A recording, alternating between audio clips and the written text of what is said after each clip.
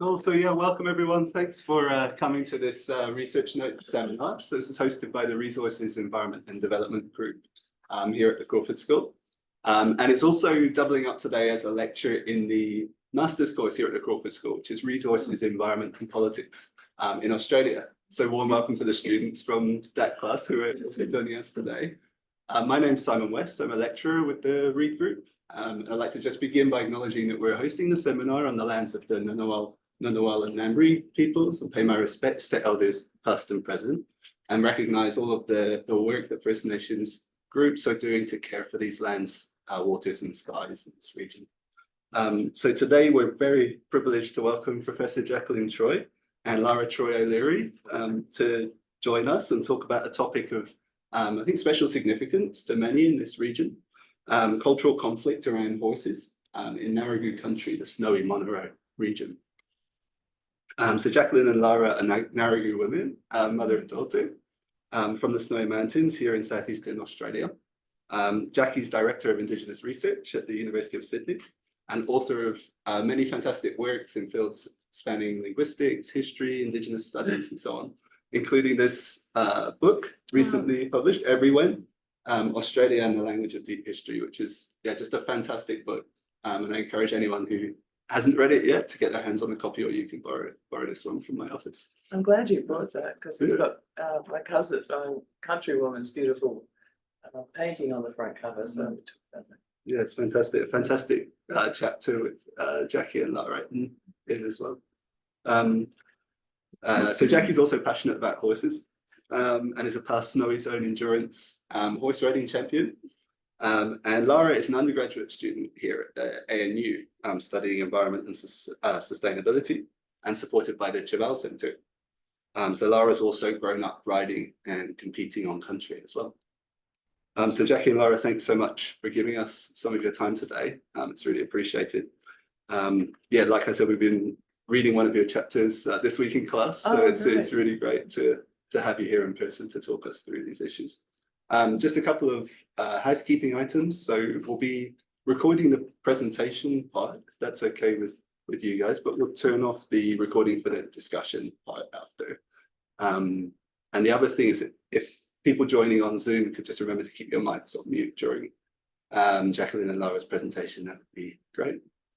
So with that, I'll hand over to you guys for the presentation. And you can actually first before the heat. Is that water for anyone to drink, or is that specific? Oh, that's actually mine, but I can. Oh, that's all right. No, that's all right. Look, I'll start by introducing us. So, Lara Jaky, Lara Ngarigu, Lara Namiti Mitum. So, I'm Jaky. I'm Ngarigu, and our clan group is actually Nyamich, and Mitum means we're belonging to that group. So that place, Namaji, that you all know, Namaji National Park, is a name that we're closely associated with. This is my daughter, Lara, and I'm really proud that she's here at ANU studying environment and sustainability. And we also have in the room, deeply engrossed in another part of the world, or TikTok probably, is Azan. Azan Mujahid, who actually comes from, you can say hello, Azan. He comes from North Pakistan, from the Swat Valley in the Himalayas, and his father and I are research colleagues, and so I've got the privilege of having Azan's company this week while his father is at the wedding of his youngest sister, the last of your father's sisters to get married. So he's off having a beautiful time in the Himalayas, and Azan's down here in our country. So this is kind of part of our. So of course the Ngunnawal Ngambri are our near neighbours, and the Wiradjuri as well. We border with lots of other communities, the Yuin Nation on the south coast. We have a kind of two-way connection with the west and the coast. So Lara's totem is, do you mind if I speak? Yeah, my totem is the pilot whale. Sorry, whale. Yeah, pilot whale, specifically the short fin pilot whale. And that's because Lara has blue eyes and used to have these characteristics that our elders thought were like cetaceans like ocean people and the ocean side of our country. We're freshwater people. In Australia, Aboriginal people classify themselves as saltwater, freshwater, desert, whatever, but we're actually the ice people. So we use the word mob. Mob means everybody together. This is a mob today, you know. So we're ice mob, we're snow mob. And my totem is actually the Kosciuszko Galaxia. It's a little fish, and it's very endangered, not because it is a bad survival, doesn't have bad survival strategies. It's a great, very well adapted little fish for the high country, and without it we don't have something that will eat the larvae of some of the biggest bugs I've ever seen in my whole life. So up in our country we're specialised in enormous bugs, and they are stinging In bugs. particular, up at the top of the mountains, we actually have flightless grasshoppers because it's too windy and sparse up there to have flighted grasshoppers. So they just grow big and massive and flightless. Much like the emus in the area. Oh yes, and our emu. Short and flightless. That's right. We have a lot of things in our country are really different, you know, and the emu are smaller and heavier, very meaty and delicious, and they only ever have 1 or 2 chicks. So they're not like, they're very different. And in fact, they look like the ones that are now extinct in Tasmania. So they may be the same kind of thing. Our kangaroo up in that country are forester. They're very heavy set, very heavy, beautiful heavy coats. We used to make cloaks out of them. And in fact, a lot of burials up in our country before, well, they're mostly all tomb robbed, if you like. So the cloaks were taken, but people were buried with these cloaks over them and a stone on top. And in caves, in little cracks in caves is where we buried people often, as well as in the ground. But if you're familiar with Wallaroo, the kangaroo up there have that similar kind of shaggy coat that Wallaroo have, as opposed to the general eastern grey kangaroo coat that's reasonably dense and more possum-like elsewhere. So this is our country, and this is looking from up the top near Thredbo. So those of you who are skiers, we're snow bunnies too, so we love doing that. Thank you to, there's some great things that the British brought to Australia, and European, actually it's Europeans, nothing to do with the British. It was all the Austrians and the people who came and worked on the Snowy Hydro scheme who really developed the ski fields, and including my mother, who built the first ski club at Thredbo in 1956-7. So we've been members all our lives, but this is sort of looking from that area where there are ski fields across to Ngunnawal country, so looking from Ngarigu to Ngunnawal. There's a lot of dieback, but that's actually from the bugs, isn't it? It's from the beetles. So you'll notice that the easiest way to tell the difference between dieback from bushfire and dieback from the beetles is you see these. Oh, oops, sorry. You see the very distinct crowns of the trees. You can see here, like it doesn't look like any of the smaller branches are missing. It's just the leaves. And that's because the beetles basically ring bark the trees. They kill them off at the base, and they don't do anything to damage the canopy. Whereas, as you know, fire would damage the canopy if it's enough to kill a tree. And so, this is. So there's a lot of ongoing research about the beetles, but it's believed to be it's mostly a consequence of changing climates, and this beetle, which is more adapted for warmer weather, is starting to move up into the mountains, and the snow jumps up in the mountains have no resistance to it. So and the beetles get confused as well, which they don't mean to rebark the trees, they just don't know what they're doing really, is the current thought of the matter. So you know, you can see there are a lot of threats to our country anyway. It's fragile, and I wrote in the abstract that it's a World Heritage. Oh, sorry, I used that heritage word. It's not. We had an argument in the car on the way over. It's actually not heritage listed. New South Wales and Victoria couldn't decide on whether or not they would agree on whether it should be UNESCO World Heritage listed as an environment, but it is listed as a unique alpine biome. I wrote biosphere, which is, well, It's big We enough. also had a Yeah, fight. so we had a fight about that too. I know they're doing a great job training my daughter here. I'm most impressed. So, and this is actually looking. So we're known as the moth hunters, and outside this building there are those the sculpture with the bogong moths all over them.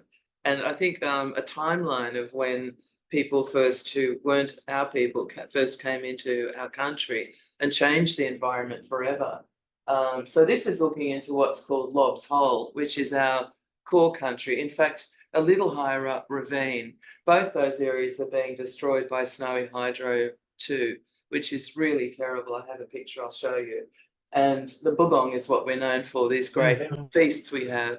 And the bogong are actually now very threatened too. Climate change is changing their patterns of migration, their occupation, and as well as light instead of erosion, but it's light pollution. light pollution. Yeah.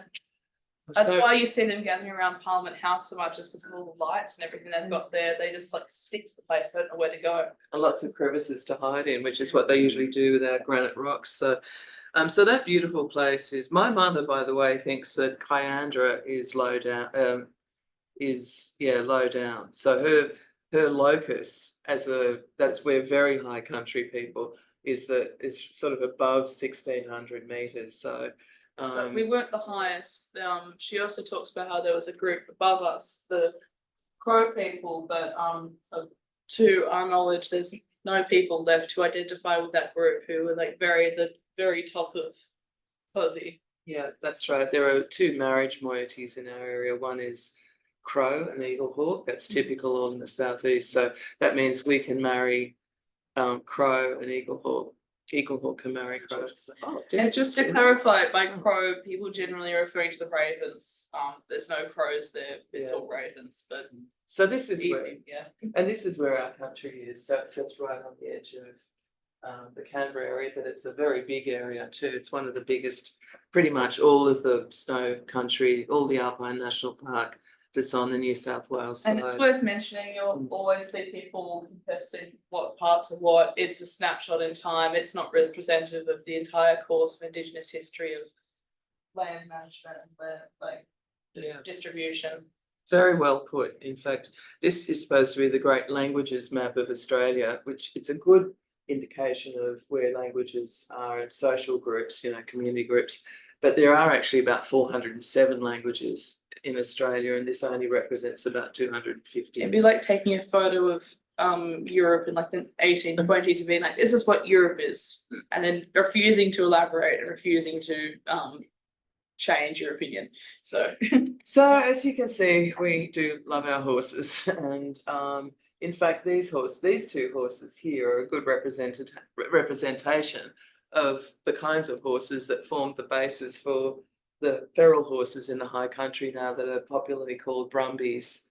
And I think that word came from the name of the person who used to round them up or something or other. Anyway, I forget now, I should know, but my horse is a thoroughbred horse. They were highly prized by people. They're kind of like the sports cars, not that one, but they're like the sports cars of the horse world. She's more like the sports car retired, but and the other one is actually very typical of the good quality brumbies. He's called Onon because he was bred when Lara was a baby, and he goes on and on and on and on and on. Yeah. So Onon is mostly Arabian horse and some thoroughbred and some pony. So when you read The Man from Snowy River, they'll say he was riding this pony with a touch, riding this little horse with a touch of Timor pony. So they bred these native ponies from Southeast Asia into the horses here. And he's very tough. He's very typical. He was bred for endurance, but he's got, because of the pony attributes, he gets a longer coat than most Arabian horses. Very good in the winter. He's also much stockier built and much more built for that kind of long distance and being able to sustain himself off nothing. So really high quality horses, actually, originally, and they were bred to be army remounts. And our people, you made a really wonderful comment the other day about how one of the reasons why Aboriginal people love horses so much too, and we love to be known as horse riding people, is because we owe the fact that we still exist as a people to our horsemanship.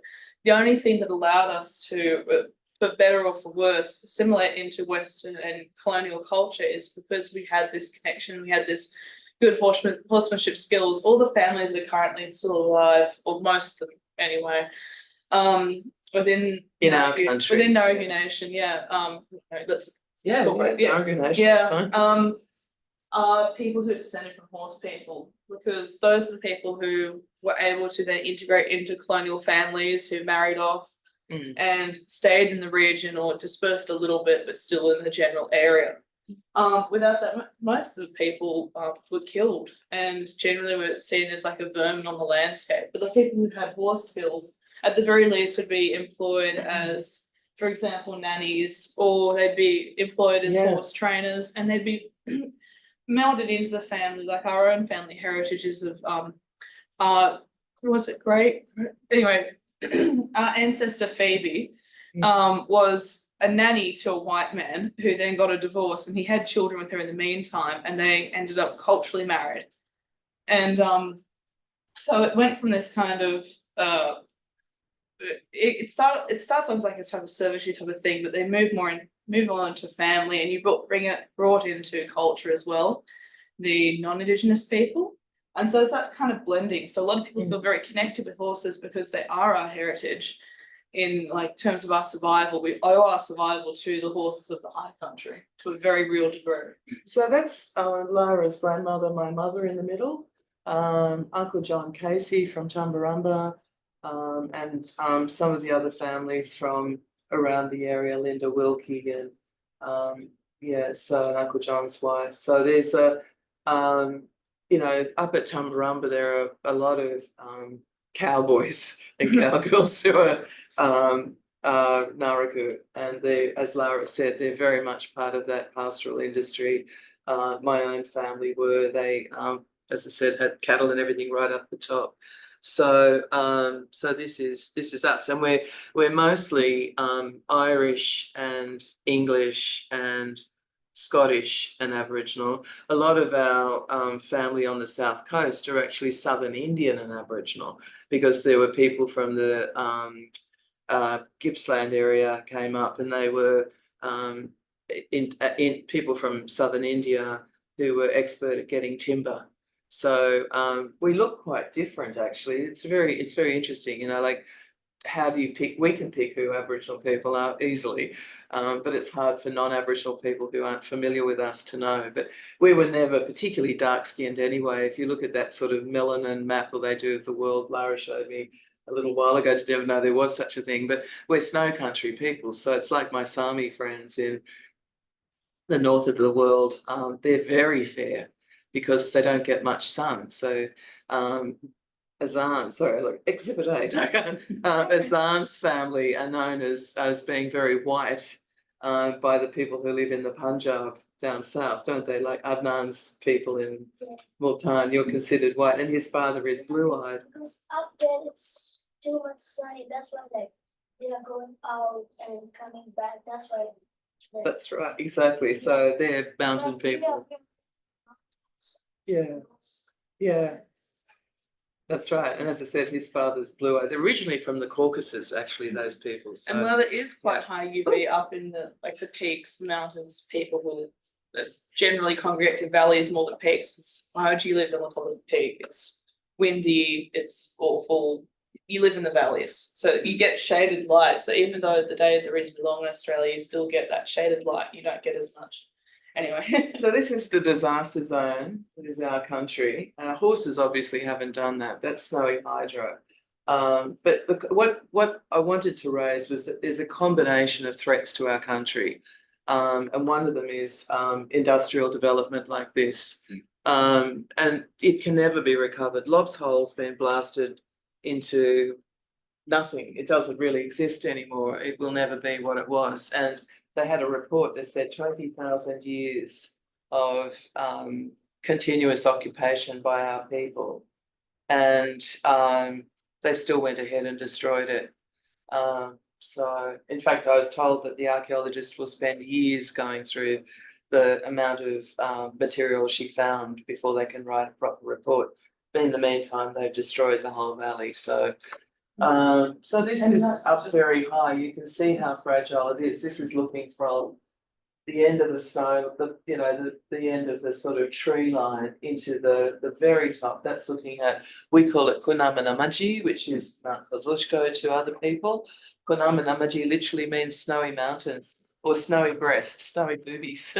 As nama is the word for breasts, so that's ku is our word for snow. So when you go to Kuma, you're going to the snowmaking place, Kuma, from Mara, hand, meaning snowmaking. So that's this, you can see how fragile this country is, and the brums get right up, the wild horses get right up to the top there. But there are also deer and pigs and, other hard-hoofed animals that dig and destroy the And country. all of these are contributing factors that don't detract from one another, but rather make each one of their individual impacts worse. So the degradement by snowy hydro then means there's less land and there's more polluted land, which then means that land is there's more concentration of the brumbies and the pigs and the horses in that area, which then means there's more further impact that you get noises or erosion. It all compounds together. These are not things that negate one another even slightly. So don't get us wrong, we don't want the horses up there. A lot of our community do.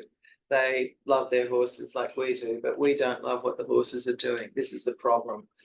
These are the crows. So we go up to the top and they're just everywhere. My mother says that these are our neighbour ancestors. And these, we call them gar, which is an onomatopoeic word, obviously, for crow, or raven. And these rocks here are known as our ancestor rocks, the centre. They look out across the valley. And whenever we go up, my mother says you must greet them. So you have to greet your ancestors. So everything for us is animated. There is nothing that doesn't have a life force. And these crows, they take the lifts up and down. They ride the chairlifts and everything. They're so funny. And they eat all the rubbish that I was going to say white fellas bring in, but anyway. And here's one of those really fat grasshoppers that don't fly.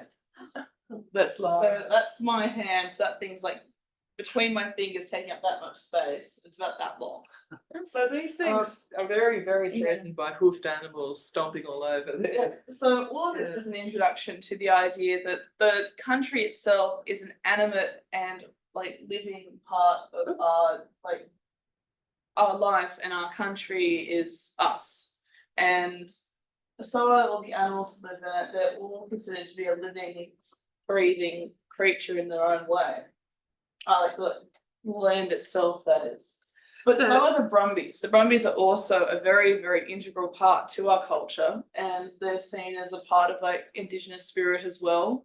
As I said before, we attribute our survival to the brumbies.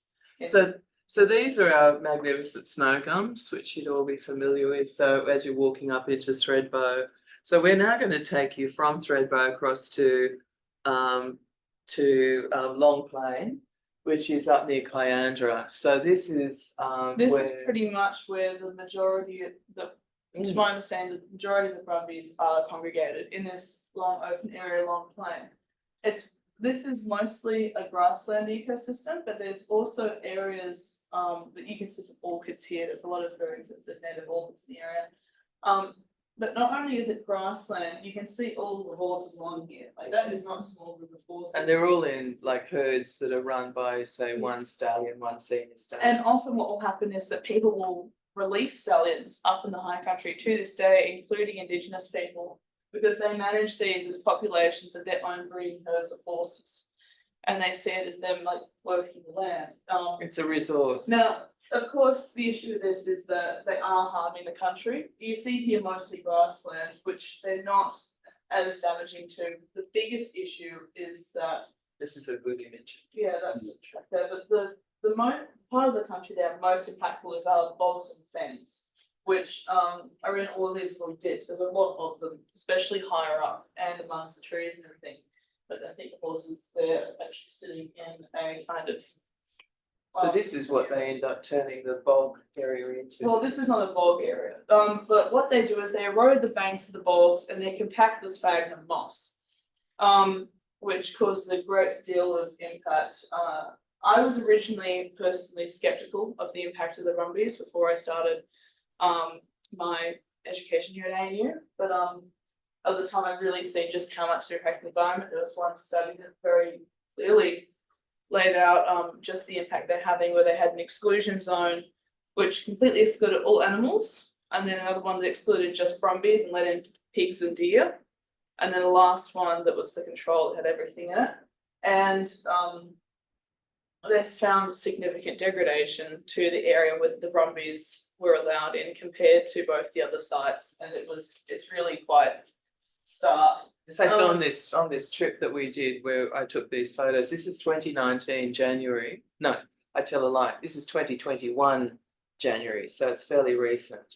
And Lara took me across to where the boggy areas are and showed me just how badly damaged the edges of these like pools that form. And that's where my own fish, the Kosciuszko Galaxia or Mount Galaxia, they're known as ghost fish too. They're little sort of white fish with a sort of reddish fin. And they're, as I said, carnivorous. They eat the larvae of these. And they're in the streams. 52 They're bulbous. also eaten by the trout that get up there. Yeah. And will go even higher with the new Snowy development. With snowy development too, there's a climbing Galaxia that will come up the wall that they're building. It's actually more than that as well. There are other fish that will also come up anyway. oh right, yeah. so everything will come up and eat my little fish, but also having the brumbies stomping all over their So remnant basically area is the edges of these bogs into, if you've ever seen a cow paddock and a dam and a cow paddock in wet weather, where it's just, you just see sunken hoof prints and bare mud, it turns into that. And what you get left is you get the completely wet areas and you get left with no riparian zone. It's all either completely submerged or it is completely dry, and you end up with just this bog of mud in between.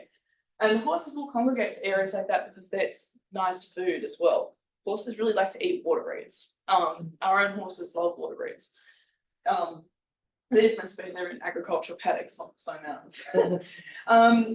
So there really is a very big contention with here, and people also argue that there a big perspective in the pro-Brumby debate, and also in particularly Indigenous circles, is that the counts of brumbies are way off. They believe that the current counting methods are incorrect and they're vastly overestimating the population of brumbies. I think there's far fewer. That's something I'm going to leave you up to your own interpretation. You can read the literature yourself, but it's reasonably sound in my personal view. I think the counts are probably quite accurate. They use generalized counting methods you would use for large ungulate populations. It's not they're not doing any shady business, like I can say. The other argument that you'll see a lot is that horses are actually native to these kind of alpine environments in Europe. But the biggest distinction there is that Australia has no native hard-hoofed animals. All of our animals are soft-toed with at most claws, and that really is a big distinction. And the pigs, the horses, and the deer all have hard hooves, but particularly the horses, because they have this one big flat toe, whereas the pigs and the deer do make a dreadful mess of things as well, but they do have slightly more agile feet. they have the split. Yeah, they have cloven hooves. This means the horses really do have the potential to particularly destroy the landscape in that regard. And they're also a bit more confident in themselves, so they'll be out more in the open. They're more in the areas with these bogs and fens than the deer are, because the deer are more cautious towards the dingoes and things. It's also worth mentioning people hunt the dingoes, which are the only large predator in the area, which would take down a horse. Granted, only a foal, but they would still be able to take down. Sick horse. They could take down a sick horse or a foal reasonably easily. And the final point of this is also the vegetation did not evolve with them, they did not evolve with the vegetation. So not only does the vegetation get damaged by them, but also the horses are not designed to eat that type of vegetation. Our grasses are very woody and fibrous. They're evolved to eat pasture grasses and things that are really much more European. So you can see just how stiff this tussock grass is. And horses are really much more used to softer grasses you'd see yourself. out and about. So there's a lot of contention around this fact. People believe that they do fine. It's a matter of things. The reality is the horses in captivity live to around 30. That's the high end. That's like an 85-year-old person. In the bush, they live to about 12. So it's arguably not great for the horses either. A lot of them die of starvation. And that's another big contributing factor when it comes to this kind of conflict as well. Because a lot of people do feel the horses, they think they're not meant to be there because it's bad for them as well. They really are domesticated animals. Brumbies are feral, they're not wild. That's a good one of the Brumbies. But there's also a lot of contention in the methods of killing too.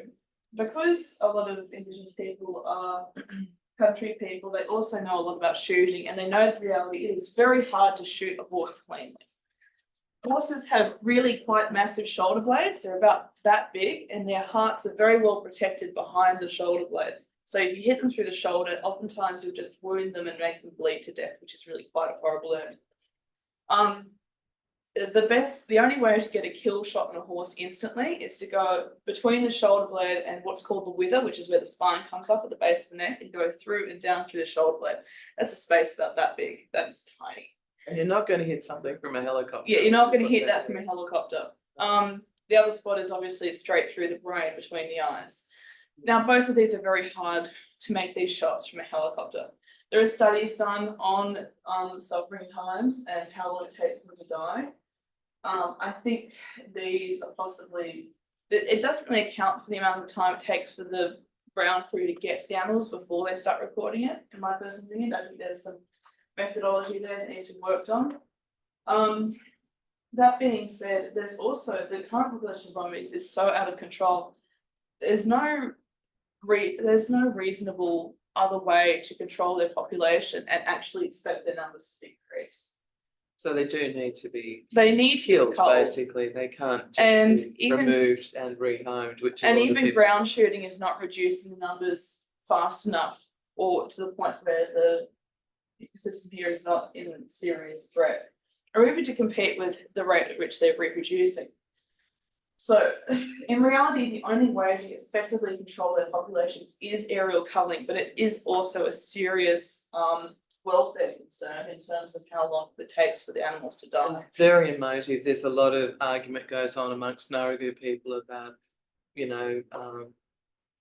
it's not only a sentimental thing, but it's also they are our country as well. We're connected to them. We consider them as part of us. And people make money from them. We were at Queanbeyan Rodeo. So for those of you who don't know what a rodeo is, it's probably a hangover from Roman days where people had arenas and did all sorts of dreadful things. But rodeo now, where they have horses that buck jump, and people ride these horses, and some of the most expensive buck jumpers come from the Snowy Mountains. I mean, they're talking about horses worth hundreds of thousands of dollars and extremely well cared for. And that particular body build here, you can see these animals are all quite stockily built. Even these very small images, you can still see that's a very stocky looking horse. And those really do make the best buck jumpers. They make reasonably good station horses too, that because they live in this really frankly awful pasture for them, they're very good doers, as we say. They don't take a lot of maintenance to maintain, so they are a reasonably popular breed of horse. There's a lot of economic value to the Brumby population, and not just in the actual horses themselves, but the tourism surrounding the horses. I'm sure you've all seen photography of the horses up in the mountains, these beautiful images of the horses running through, all the media that surrounds them. I grew up watching that TV cartoon, the Silver Brumby cartoon. I love that show. And there is so much emotion tourism value, and there's so much emotion. Yeah. Because people have always been connected to horses, and it's not just the Indigenous population, it's also the general population. I'm sure there are plenty amongst you here who love horses. They're kind of a symbol of the high country, and it's such a symbol, that whole sort of horsepersonship and the horses. Maybe we should round it off now and give you time if you want to ask questions. But I'll just end up with I got into a lot of trouble with a group of neo-Nazis. They actually are. who came after me because I was commenting on a book that a man wrote about the man from Snowy River, suggesting that the man from Snowy River could be Aboriginal. More than likely, I mean, we're Aboriginal, and you know that we're part of the pastoral industry. You know, the old families from up there, and it could have been. I often laugh as that could have been your great grandmother, my great grandmother Olive, who. That's more of a family musing than anything that she actually suggested this. But Yeah, they went after her and tried to like defraud you of your Aboriginality, and everything. Well, it was what because they were so upset that the idea that the man from Snowy could be Indigenous. That I had suggested this. So they said, well, how dare, in fact, the comment was, how dare they take our heroes? So this is how much a figure like the man from Snowy River, is sort of embedded in the Australian psyche. And as a white man, a tough white man. Our football team on a little our football team in Canberra, the Brumbies, and that's on a little tough horse, you know, little Aussie battler kind of thing. So which couldn't be Aboriginal and couldn't be a woman and couldn't be us, but in fact quite probably was a model for what Banjo Patterson was writing about. So the horses sort of live on in Australia's psyche. Every fridge magnet, every, you know, sort of, as Lara said, tourist postcard or fridge magnet, there are Brumby images that are sold to the skiers, the tourists, the campers, the hikers, the international visitors. So, but unlike the Mustangs of America, horses have never been in Australia before. Yeah. Nothing here has evolved with ungulates. Or bison, they had, you know, they're the bison ungulates. But what I'm saying is that there are no native hoofed animals. In fact, horses actually came from America originally. It's a whole thing. They went back and forth, went extinct twice. They're ridiculous animals, but never on this. They've never been on this continent, and our bushes never evolved with them. They haven't evolved with power lines either, but. So maybe there is a way to have like a Brumby sanctuary somewhere, perhaps down on a place called Dry Plain and further down, which is still heavily grazed. It's, you know, pasture that can probably maintain them. But to keep them up where they are now is just not, from our point of view, not tenable. But our point of view also doesn't represent the wider opinions of Indigenous Ngarigu people in the area. A lot of people are actually, well, we have a controversial perspective. Most people disagree with us on this, and it's worth mentioning that because I found during my own education at ANU, it's generally represented as the Indigenous perspective or the horse perspective, when in reality it's very much one perspective. It's really the Brumbies are very much a part of Indigenous culture at this point, and they are very beloved by our people. And the reality is also that the horses, we talk about how horses should be wild and free, people talk about that, but they really don't thrive in this environment. As I said, they live to about 12. When in captivity, they live to about 30, which is a pretty stark difference. It's almost double their lifespan. So, I guess we should leave it to questions. Thanks so much, guys.